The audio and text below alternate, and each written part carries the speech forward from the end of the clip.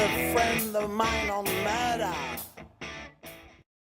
Bonjour à toutes et à tous, c'est Arne et on se retrouve dans une nouvelle vidéo dans laquelle, en ce 22 septembre, jour anniversaire de Bilbon et Frodon dans l'univers du Seigneur des Anneaux, j'avais envie de vous présenter tous mes livres ainsi que mes objets de collection, notamment les films que j'ai en rapport avec l'univers de Tolkien, qui est mon auteur favori depuis maintenant très longtemps.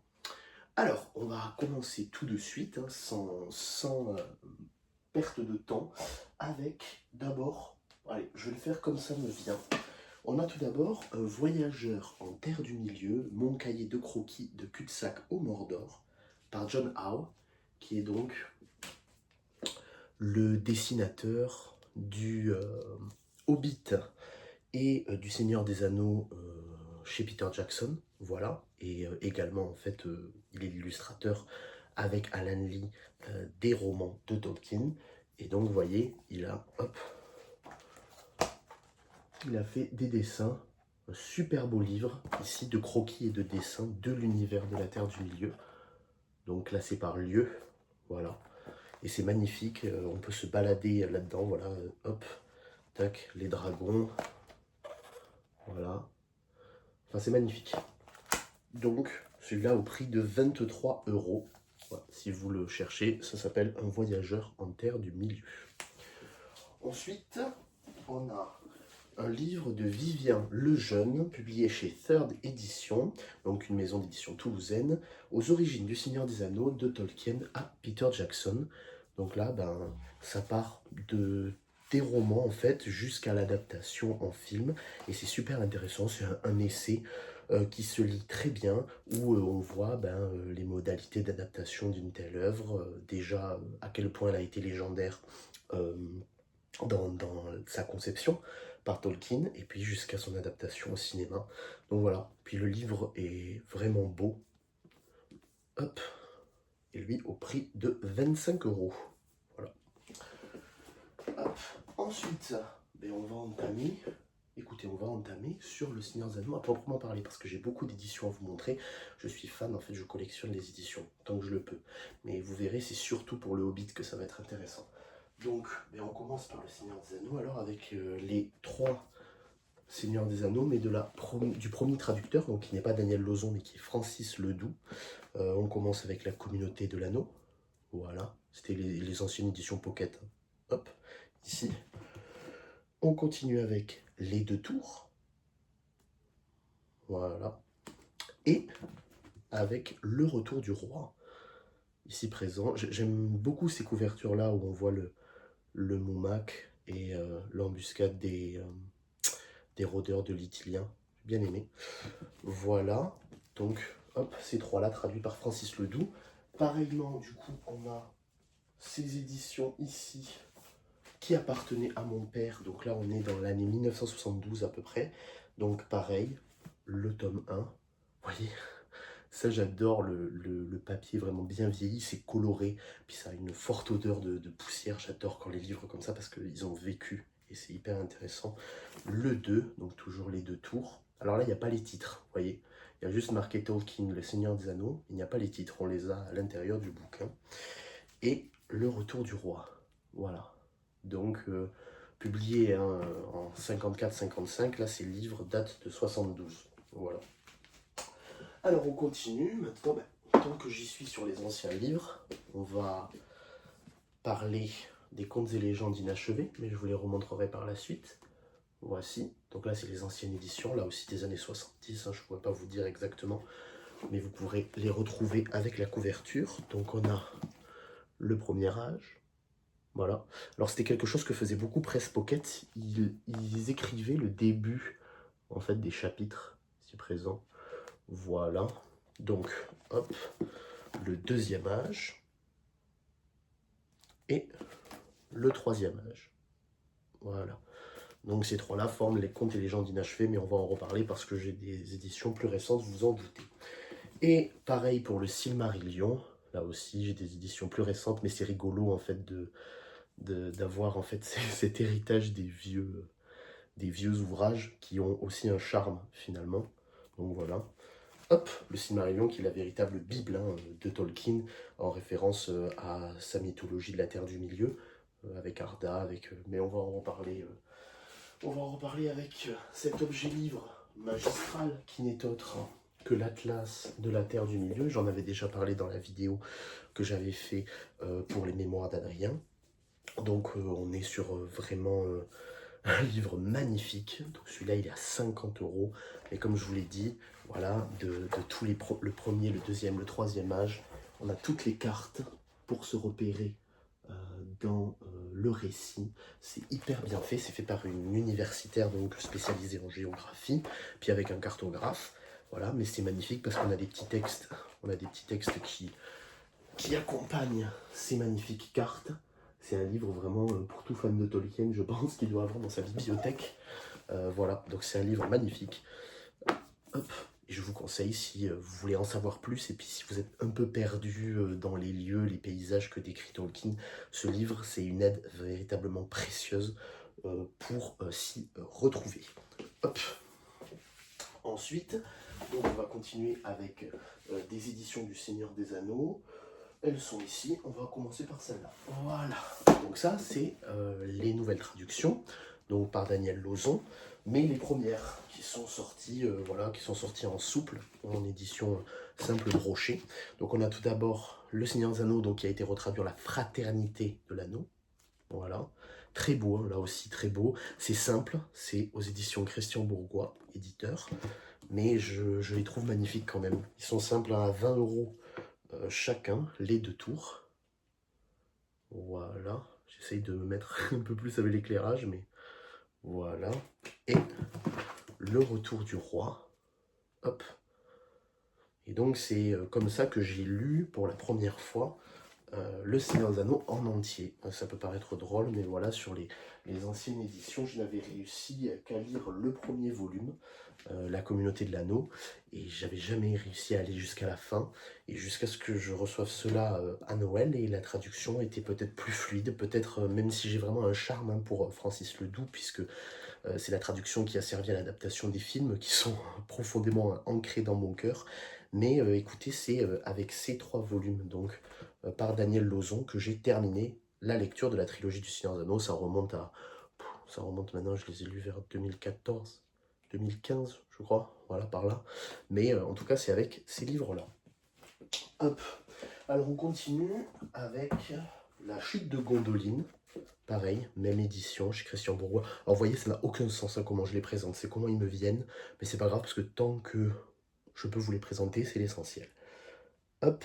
Alors, tout édité par Christopher Tolkien, hein, parce que ça, c'est des récits qui ont été publiés après la mort de l'auteur, donc c'est son fils qui a publié.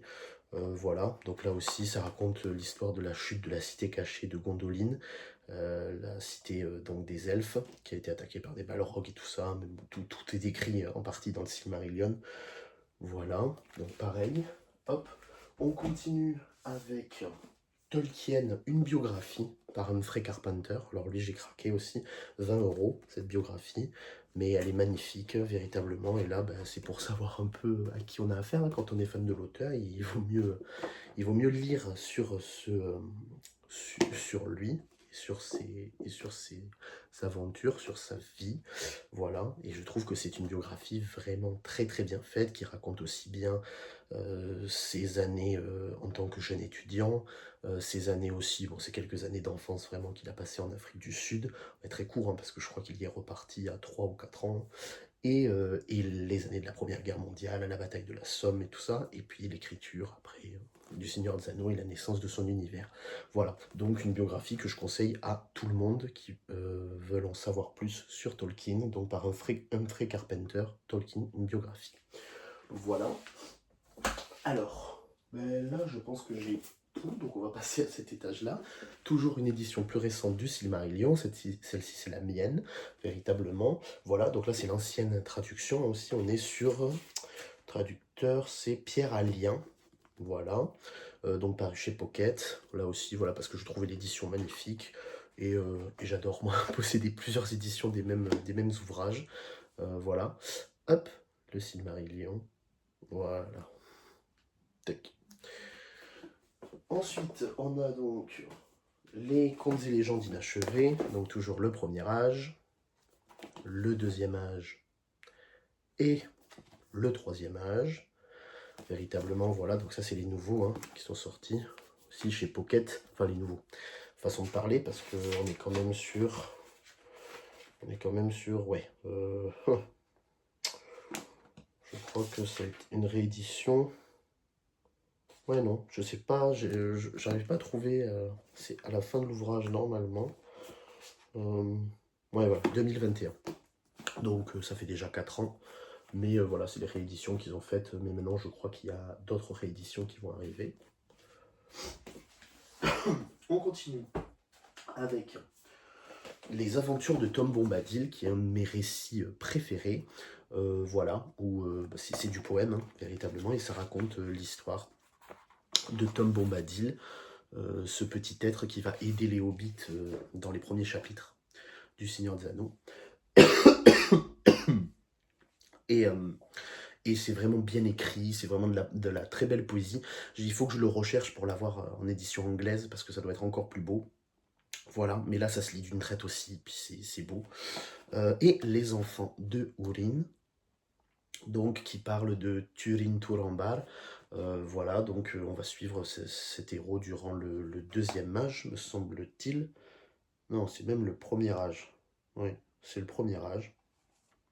Et, et c'est très intéressant donc, de voir, voilà, donc on a les cartes aussi pour se repérer. Les Enfants d'Húrin, c'est un de mes romans favoris. Voilà, avec le dragon, la prise de Nargothrond, Glorung et tout ça. Donc voilà. Et la fin du Beleriand et tout ça. Donc très intéressant, Les Enfants de Húrin à lire. Donc c'est voilà, le conte des enfants de Húrin, Narn kin Húrin. Voilà, donc très très intéressant. Je vais avoir d'autres éditions, vous les reverrez. On a ensuite La Chute d'Arthur, donc qui vient de sortir lui récemment, voilà. Donc vous voyez, ça n'a aucune logique dans l'ordre dans lequel je vous le présente. Donc c'est Tolkien qui s'est essayé à justement un épisode de la légende arthurienne, et c'est très très bien fait. Avec, voilà, il a essayé donc de faire forme de poésie, forme d'essai, forme, voilà, et qui se tient bien. Et donc j'avais envie de découvrir ça parce que je ne l'ai pas encore lu. Donc voilà, La Chute d'Arthur, on ne m'en a dit que du bien. Et puis ensuite, cet essai de Tolkien qui s'appelle Du conte de fées, où il va réfléchir à la notion du coup de fantaisie et de merveilleux, la naissance du merveilleux du coup dans notre monde littéraire.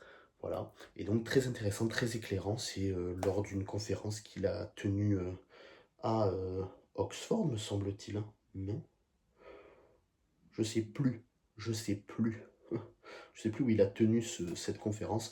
En tout cas, voilà, c'est son essai sur cette réflexion-là qui est vraiment très très très intéressante, surtout pour ceux qui travaillent justement sur la notion du merveilleux. Je crois que c'est encore au programme de 5e en français, me semble-t-il. Voilà, et bien là, ça peut donner des pistes de réflexion. Et bon, même si parfois les termes sont compliqués, mais je pense que des lecteurs passionnés, ça peut les intéresser. Ok, alors on continue maintenant avec les lettres. Voilà, lettres de J.R.R. Tolkien, même si j'en cherche une édition beaucoup plus belle, en édition brochée, voilà, mais ça suffit déjà pour avoir l'essentiel. Donc, c'est un ensemble de ces lettres à ses éditeurs, à ses étudiants à Oxford, à son épouse, à ses enfants, à son... Voilà, vraiment, c'est un ensemble de toutes ces lettres. Voilà, et c'est très éclairant de savoir un peu, il donne un peu son avis sur des chapitres du Seigneur des Anneaux, il donne comment il voit et il invente voilà, certaines langues, comment il en était amené à décrire tel paysage, ceci, cela, comment il voyait certains personnages, comment il voyait le développement de d'autres. C'est très très très intéressant, c'est une mine d'informations et je conseille à tout le monde donc les lettres de J.R.R. Tolkien. Hop, alors, et ça continue maintenant, on va parler. Voilà, on va parler du Hobbit.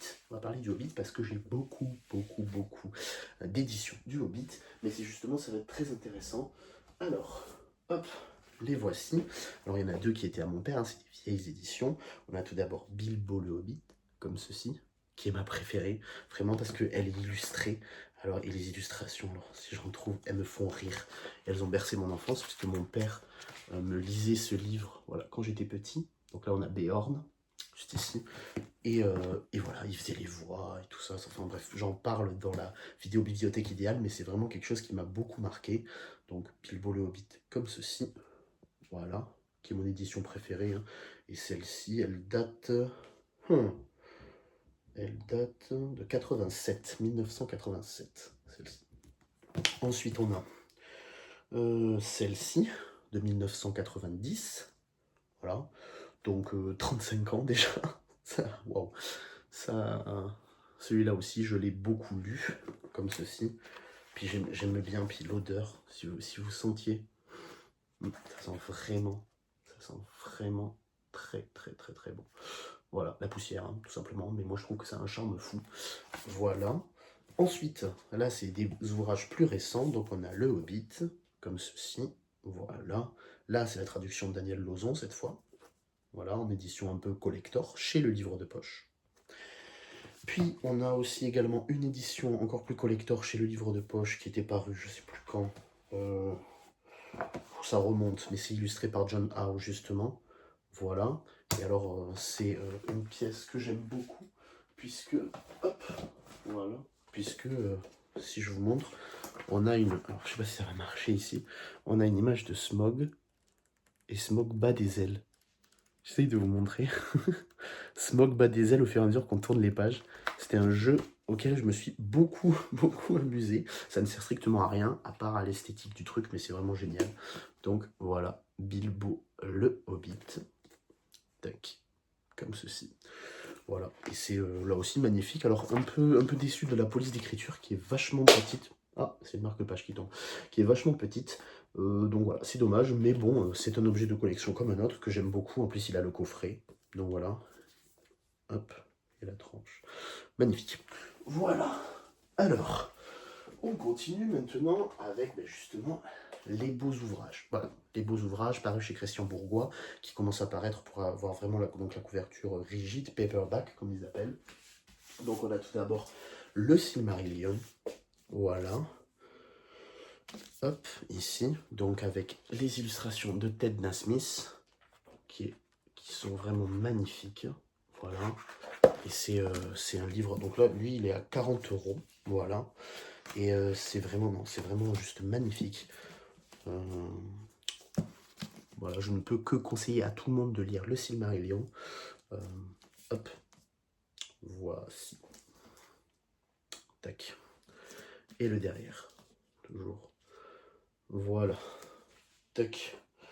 Ah ben là, d'ailleurs, on voit une petite illustration de Mime le Nain avec Turin Turambar, justement, puisque les enfants de Húrin sont en plus développés un chapitre présent dans le Silmarillion. Voilà.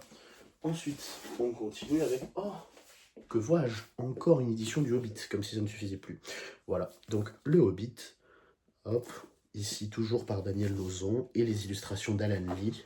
Voilà, et là l'objet livre, il est vraiment magnifique.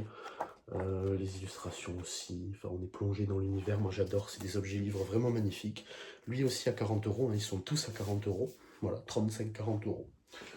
Voilà, et bien on continue avec, ici, les contes et légendes inachevés. Voilà. C'est des très très beaux objets livres, vraiment. Vraiment, vraiment. Tac. Donc ici. Voilà. Je trouve ces livres magnifiques. Vraiment, Christian Bourgois fait un travail d'édition formidable, je trouve, même si c'est un peu cher, hein. Celui-là est à 45, hein. Voilà. Comme quoi, c'est entre 35 et 45. Donc, non, c'est vraiment magnifique. Voilà. Hop, là aussi, ça reprend en fait des épisodes du Silmarillion, hein, parfois même inédits, mais ça reprend vraiment plein d'histoires. Et vraiment, les contes et légendes inachevées, c'est à lire. On continue avec, voilà, deux autres encore. On a Beren et Lúthien, qui raconte l'histoire d'amour entre Beren, qui est un homme mortel, et Lúthien, qui est une elfe. Et voilà, justement, avec les histoires de Silmaril et tout ça, mais je ne l'ai pas encore beaucoup lu celui-ci. Donc il faudrait vraiment que je m'arrête dessus, parce que c'est vraiment une histoire qui me plaît. Voilà.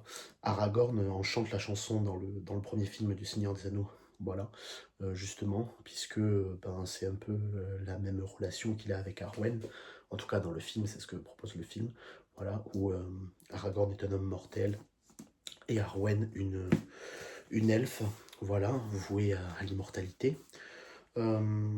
Et donc c'est donc une relation voilà d'amour impossible et on va voir un peu voilà donc c'est sous forme de poésie donc à lire Beren et Lúthien pareil illustré par Alan Lee ouais et toujours édité par Christopher Tolkien donc voilà ensuite on a Les Enfants de Húrin comme je vous ai présenté tout à l'heure voilà et donc là c'est dans la belle édition ils sont vraiment magnifiques comme ça. Donc là, c'est Túrin qui se fait recevoir dans la cité cachée de Gondolin. Vous voyez, toutes les histoires ont un lien véritablement. Et c'est ça qui est génial dans l'univers de Tolkien. C'est que ça crée vraiment une mythologie gigantesque qu'on aime... excusez-moi. Qu'on aime vraiment découvrir et vraiment maîtriser. Pour, voilà. C'est un monde incroyable. Hop.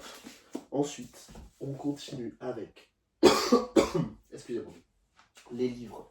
Alors ici c'est un essai de Lauren Belles, je ne sais pas si vous la connaissez, c'est celle qui tient la chaîne Les mots de l'imaginaire depuis maintenant 2011 ou 2012 je crois, et très très intéressante, vraiment, et là elle nous a fait un essai sur le rôle des couvertures du Seigneur des Anneaux dans la réception de Tolkien en France. Voilà, donc paru chez sa maison d'édition qu'elle a créée, donc Les Trois Nornes, dans la collection Mimir, qui est une collection où elle va essayer d'éditer des essais ou des ouvrages qui servent à expliciter des œuvres de fantaisie. Voilà, donc là c'est tout simplement son mémoire universitaire qu'elle a édité, et très très très très très intéressant. Voilà sur en quoi ces couvertures du Seigneur des Anneaux ont-elles joué dans la réception des lecteurs de Tolkien, et même des nouveaux lecteurs de Tolkien. Très intéressant à lire, je vous le conseille, vous retrouverez ce livre sur le site des Trois Nornes au prix de 17 €. Donc, mais je mettrai tout ça dans la description. Ensuite, on continue avec hop, les quelques ouvrages que j'ai en langue étrangère. Voilà. Donc j'ai les Trois Seigneurs des Anneaux avec la couverture des films. Donc hop, ici on a tout d'abord The Fellowship of the Ring. Hop, ici. The Two Towers, le tome 2. Hop, et The Return of the King. Voilà. Et donc ils forment un bel ensemble, je trouve. Tac, ici. Je les ai trouvés d'occasion dans un vide-grenier, mais en très bon état et pour vraiment pas cher. Donc voilà, ce sera l'occasion de m'y mettre quand je vais les lire en anglais. Ça va être l'occasion et je les trouve beaux, franchement. Un petit peu abîmés, oui, sur certains, mais bon, ça se voit qu'ils ont vécu et j'aime bien les livres qui ont vécu. Voilà, on continue avec La Chute de Gondolin que je me suis acheté en anglais aussi. Pourquoi me direz-vous? J'y suis tombé dessus, je suis tombé amoureux. Voilà, il n'y a pas grande explication. Donc The Fall of Gondolin par Tolkien, voilà. Là c'est du coup chez HarperCollins et c'est aussi illustré par Alan Lee, parce que eux du coup ils font les ouvrages souples mais aussi illustrés, donc comme ça. Ils sont super beaux aussi. Voilà, donc là au moins j'aurai le texte en anglais, c'est pas mal. Et bien entendu le Hobbit en anglais lui aussi. Ça allait de soi, hein, parce qu'il fallait vraiment le texte en anglais. Puis celui-là que j'ai lu en anglais aussi, j'aime énormément. Voilà, ce texte en anglais, là aussi, il y a... Oula! Décidément, je fais tout tomber. Hop, tac. Il y a aussi les illustrations, comme je vous disais. Voilà, ici. Et je crois que c'est les illustrations de l'auteur, si je ne me trompe pas. Il me semble que... Oui, il me semble que c'est les illustrations de l'auteur. Vous voyez. Hop, j'essaye de m'approcher un peu pour que vous voyez. Voilà, c'est vraiment magnifique. Donc voilà les ouvrages que j'ai de lui en langue étrangère. Donc The Fall of Gondolin, The Hobbit et la trilogie The Lord of the Rings. Voilà. Hop. Et maintenant, alors on va passer justement au plus gros que j'ai ici. Hop. Le Seigneur des Anneaux. Donc celui à 90 € chez Christian Bourgois qui est sorti en édition anniversaire. Donc vous voyez avec l'anneau. Voilà, en inscription dessus, il est vraiment magnifique. Voilà, toujours avec les illustrations d'Alan Lee. Et là, il y a les trois. Il y a les trois livres en suivant. Et il est vraiment magnifique. Voilà, avec l'œil de Sauron, ici, l'anneau, Seigneur des Anneaux. Hop, la tranche aussi est trop belle. Voilà. Tac. Et le dos. Voilà. Bon, peut-être 90 € un peu cher, mais bon, c'est une édition anniversaire, on ne compte pas. Voilà. Et là, ils sont en train de les rééditer, comme ça, en dur. Le volume 1, le volume 2, le volume 3. Pour l'instant, je ne les ai pas encore achetés. I hope à Noël. On verra bien. En tout cas, voilà. Pour ceux qui le veulent, les 3 tomes ensemble. Le Seigneur des Anneaux comme ça, chez Christian Bourgois. Alors il me semble que c'était un tirage limité, je ne sais pas s'il en reste encore. Allez regarder sur leur site et sur bien sûr tous les revendeurs, normalement. Voilà. Hop. Et donc, on va continuer avec maintenant les coffrets, donc qui concernent Blu-ray et 4K, que j'ai du Seigneur des Anneaux et du Hobbit, donc par Peter Jackson, parce que là aussi je collectionne, et puis c'est des films qui ont une très grande importance pour moi, mais j'en reparlerai dans plusieurs tops qui vont arriver sur la chaîne progressivement. En tout cas, on a hop, le premier, la trilogie du Seigneur des Anneaux en Blu-ray, version longue bien évidemment, voilà, avec les bonus à l'intérieur, très important. Et ça va vous expliquer pourquoi j'ai gardé cette version Blu-ray, parce que elle a les bonus. Voilà. Et donc, hop, ici. Voilà. Donc là, on voit Frodon avec l'anneau. L'anneau unique. Hop. Et ici, le Seigneur des Anneaux avec le cycle Blu-ray. Voilà. Et ensuite, pareil, en coffret Blu-ray, le Hobbit. Voilà, la trilogie. Chose intéressante, je vais vous montrer. On a encore un livre du Hobbit, puisque c'est la collection qui voulait ça. Donc on a les 3 Blu-ray, donc le voyage inattendu, la désolation de Smaug et la bataille des 5 armées. Et on a le roman du film chez le livre de poche jeunesse. Voilà, donc qui a été mis là. Écoutez, ça me fait une édition du Hobbit en plus. Puis c'est rigolo, c'est vraiment écrit gros. Donc peut-être que ça me servira pour mon fils ou ma fille, hein, voilà, le jour où ça arrivera, on pourra leur lire ces magnifiques ouvrages. Voilà, surtout que lui, donc, il est écrit gros, il est vraiment orienté pour les jeunes. C'est vraiment très intéressant. Donc voilà, ça me fait un volume du Hobbit en plus. Donc voilà, là aussi, il a les bonus de la trilogie dedans. Voilà, chaque disque, et donc c'est très important, je vais vous montrer pourquoi par la suite. Voilà, et donc là, les titres. Donc très beau coffret en plus, hein. Voilà, mais là, ce ne sont que les coffrets Blu-ray. Donc celui-ci et celui-là, ce ne sont que les coffrets Blu-ray. Et ensuite, voilà, finissons en beauté avec les coffrets qui m'ont coûté le plus cher, dont je suis le plus fier, et également qui ont un super rapport, hein, pour mon home cinéma, ça marche énormément. C'est bien sûr les coffrets en 4K Ultra HD, parus donc en collector par Metropolitan et la Warner. Donc c'est tout d'abord, voilà, le Hobbit, en trilogie comme ça, et donc ce sont des steelbooks, hein, voilà, les boîtiers métallisés que je trouve magnifiques et qui sont vraiment pour la collection. Donc on a d'abord le Hobbit, comme ceci, voilà, An Unexpected Journey. Bon, ils sont en français, hein, là c'est vraiment l'édition qui n'a pas été traduite, mais il y a le français dans les Blu-ray 4K, voilà. Et donc il y a la version cinéma, la version longue. Par contre, il n'y a pas les bonus. Et c'est pour ça que je garde les anciennes versions, pour avoir tous les bonus, les coulisses de la saga et tout ça. Voilà. Donc, on a également la désolation de Smaug. Voilà. Donc, très beau aussi, vraiment. Alors, c'est dommage, je ne pourrais pas tout vous montrer parce que ça va être gênant de vous montrer. Mais à l'intérieur, on a des magnifiques dessins. Mais il faut enlever tous les disques pour les voir, hein. C'est je ne sais plus comment ça s'appelle dans le langage steelbook, mais c'est vraiment un art en dessous des disques qui est vraiment magnifique. Voilà, donc ça prend des scènes du film en général. Et la bataille des 5 armées, voilà, là aussi je trouve ça magnifique. Voilà. Donc là, ils sont, que ce soit en version cinéma ou en version longue, ils sont en 4K Ultra HD. Donc là, les couleurs, elles explosent, le son, il est décuplé. On a du Dolby Atmos pour la version originale. Pour la version française, ça reste normal, mais bon, il faut mieux les voir en version originale sous-titrée. C'est pas mal, surtout quand on les connaît comme moi depuis très longtemps. Mais touche pas à ma VF quand même, parce qu'elle est exceptionnelle, cette version française. Donc vraiment, on a des très bons doubleurs, également en France. J'aime le doublage et ce n'est pas pour rien, c'est parce que vraiment ils ont bercé mon enfance, ces doubleurs.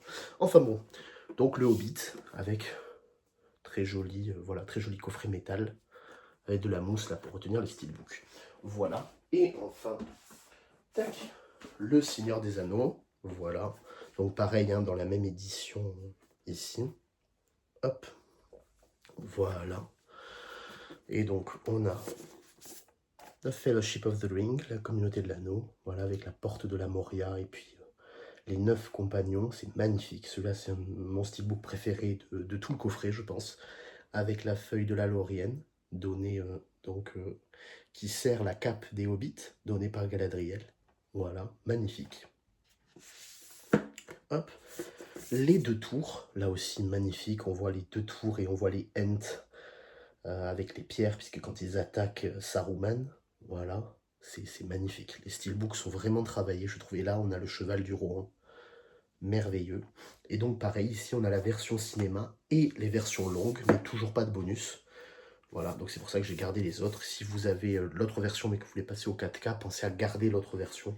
Voilà, pour toujours profiter des bonus. Et le retour du roi. Donc magnifique, on a un aigle en haut. On a le symbole de l'anneau, Gollum, et la montagne du destin en fond. C'est magnifique. Et derrière, on a la couronne d'Aragorn et les Sars. Voilà. Alors hop, ce sont des coffrets qui sont magnifiques, qui sont très chers. Voilà, ça m'a demandé de l'argent. Hein. Voilà, hein, c'est des coffrets à 150 € le coffret. Est-ce que ça les vaut? C'est pas à moi de vous dire. En tout cas, ils ont trouvé le pigeon en la personne de moi. Hein, voilà. Mais non, en vérité, c'est de très beaux objets de collection. Maintenant, oui, voilà. C'est sûr que c'est très cher. En même temps, c'est des éditions limitées. On ne les retrouvera pas comme ça, en tout cas, même s'ils ressortent d'autres choses en 4K. Donc, ben, moi, je suis content de les avoir. Voilà, là aussi, ici la tranche et la tranche pareil de Lord of the Rings. Voilà. Bon, et bien sur ce, vous connaissez un peu plus tous les livres et tout ce que je possède de l'univers de Tolkien, mais ça me tenait à cœur de vous faire cette vidéo, donc le 22 septembre, jour anniversaire de Bilbon et Frodon. Voilà, donc elle va, voilà, et j'espère qu'elle vous plaira, que vous trouverez des idées. N'hésitez pas en commentaire, on parle de Tolkien un peu, ça me fait plaisir. Voilà, parce que c'est un auteur que j'adore. Et moi, je vous conseille aussi de suivre les chaînes YouTube de Fostea et d'Elrohir BFM, que je vous mettrai justement en lien dans la description. Vraiment, ils sont géniaux, allez les écouter sur l'univers de Tolkien. Et également Vincent Ferré, qui est donc un universitaire spécialiste de Tolkien et de son univers et de ses ouvrages. Donc voilà, allez checker aussi les interventions, les conférences qu'il a faites, c'est vraiment très intéressant. Sur ce, moi je vous souhaite une excellente semaine, puis on se dit à très bientôt pour une nouvelle vidéo. Portez-vous bien.